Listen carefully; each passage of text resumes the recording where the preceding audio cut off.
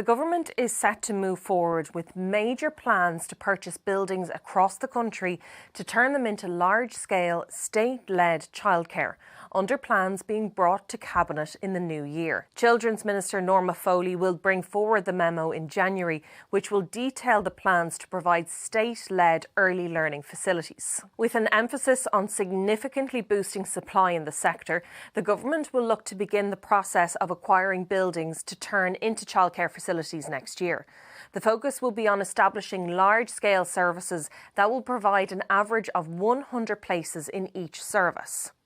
The programme will first look to purchase and refurbish buildings across the country as a faster way to get these services up and running, especially compared to seeking planning permission to build on greenfield sites. But the construction of new buildings for these new state-led childcare services will be considered in the future. There will be a number of specific focuses for this new programme, which includes a particular emphasis on providing early learning places for children between the ages of 1 and 3 years old.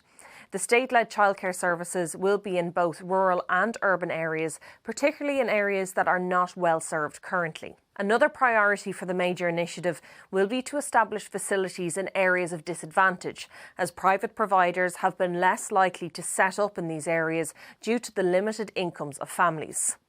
The government will also look to introduce greater balance in areas that have high concentration of private childcare providers but few community childcare facilities.